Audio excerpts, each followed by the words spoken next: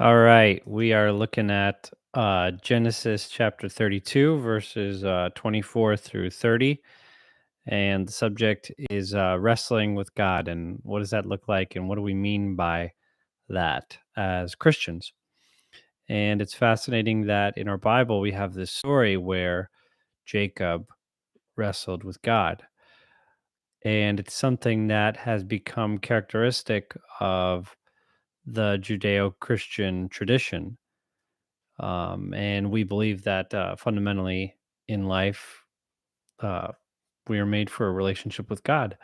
And in that relationship, there is a bit of a struggle to understand and relate to God, which is natural considering that God is so far a greater being than ourselves. It's a miracle that we can relate to Him at all, except that He created us with a capacity for Him and also a desire for him, and then also the fact that he revealed himself to us in a way that we could understand him.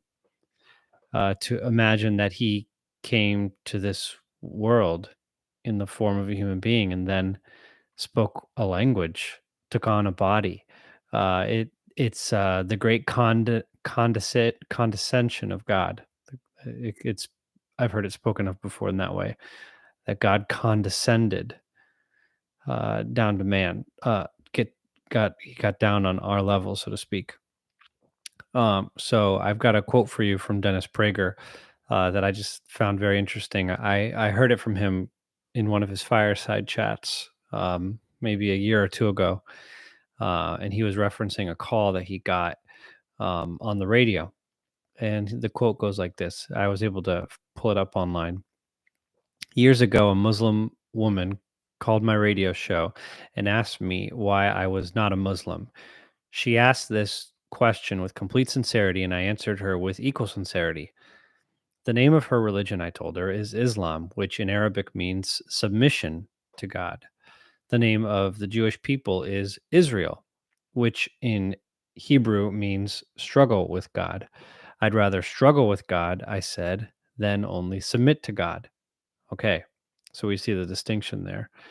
Uh, Islam means to submit to God, according to the Arabic there, the words there for Islam. And Israel uh, means struggle with God. And it's actually coming from this story where Jacob wrestles with an angel, as it's referred to, but really it's believed for good reason to have been an Old Testament appearance of Christ. So, right. So the quote continues. Arguing or struggling with God is not only Jewishly permitted, it is central to the Torah and later Judaism. In this regard, as in others, the Torah is unique. In no other foundational religious text of which I am aware is arguing with God a religious expectation. What if that, let me just cut in here. What a fascinating notion, right? That we are to argue with God. Okay, back to the quote. The very first Jew, Abraham, argues with God, as does the greatest Jew, Moses. It is worth noting that though Muslims consider Abraham their father as well, arguing with God has no place in the Quran or in normative Islam. It is difficult to overstate the importance of this Jewish concept. For one thing, it enabled Jews to believe in the importance of reason. God himself could be challenged on the basis of reason and morality. One does not have to suspend reason to be a believing Jew. Indeed, it assured Jews that belief in God was itself the apotheosis of reason. For another, it had profound psychological benefits to Jews. Okay, so that word apotheosis, meaning like the high point of reason. So the best use of our reason, one way to put this is to put faith in God, um, and to ponder, to think about God, to use the intellect, the mind for considering and relating to God. For another, it had profound psychological benefits to Jews. We do not have to squelch our questioning of or even our anger at God. One can be both religious and real. So that's definitely a highlight for me in this quote, that one can be both religious and real. So we can bring our stuff to God. We can bring our problems to God. We can wrestle with God, and we can reason with God. Okay. So this is so important. And that's what makes this story in the Old Testament so significant and foundational. We're talking about Jacob here, right? Uh, who is going to be given this new name Israel, and he is going to have start the 12 tribes of Israel. So the whole Jewish family is going to really get started here, get going here through his sons.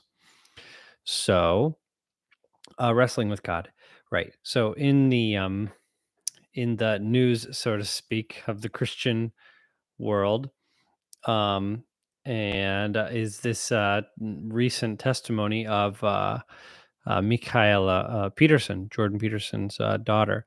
And so she has professed a greater faith or a more genuine faith or a real faith in God. And I don't know how um, transitional this is. It seems like she didn't have a real sense of God before this point.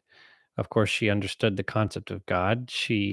I mean, for crying out loud, her father is Jordan Peterson, and he's talked a heck of a lot about God, actually.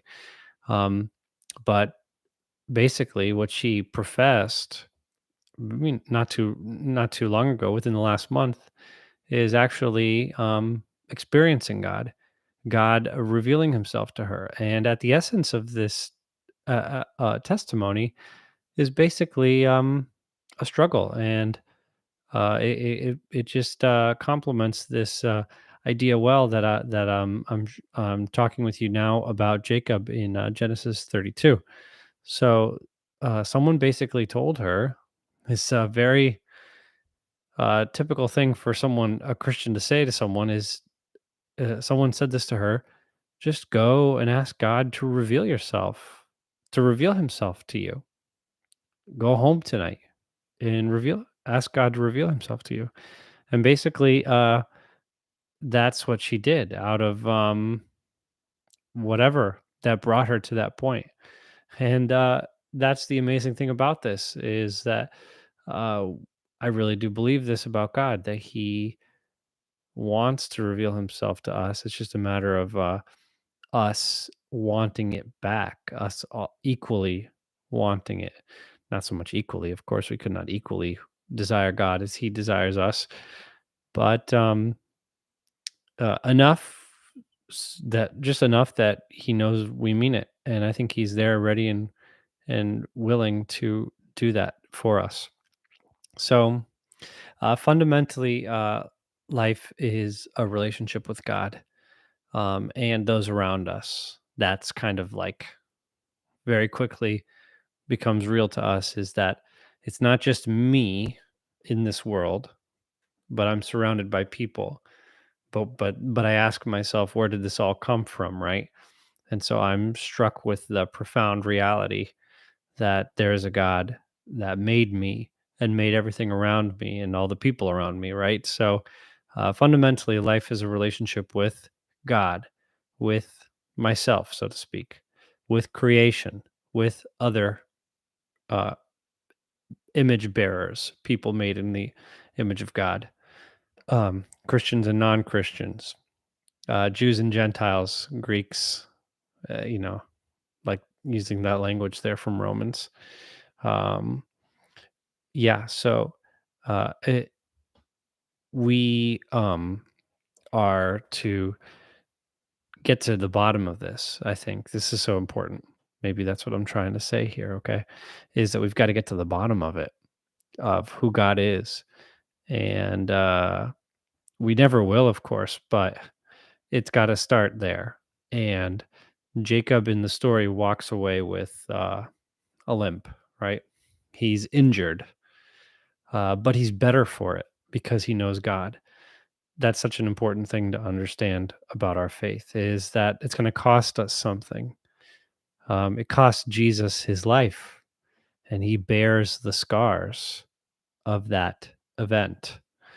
And it's going to cost us something as well. What's it going to cost us? I don't know.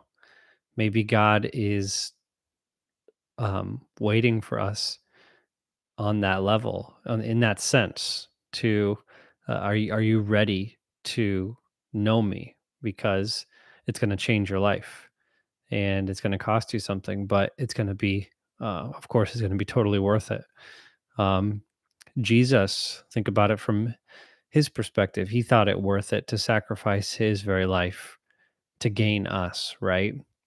Um, and I think if that really hits home for us, then we're going to find ourselves willing and counting the costs and being like, yeah, it's totally worth it to figure out, get to the bottom of these big issues of who am I, why am I here, where did I come from, and where am I going? Those sorts of questions.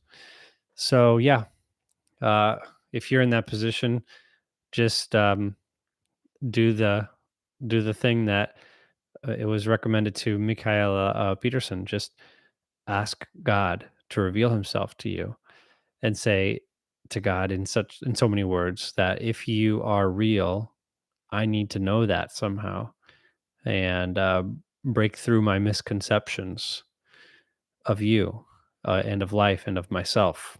And that's the beginning of this transformation. And I can assure you, as one that has gone through that in so many ways, that it's totally worth it. And it gives you a whole new perspective on life that is, um well, that is the perspective that we need to make sense of the crazy world that we live in. Okay, thank you.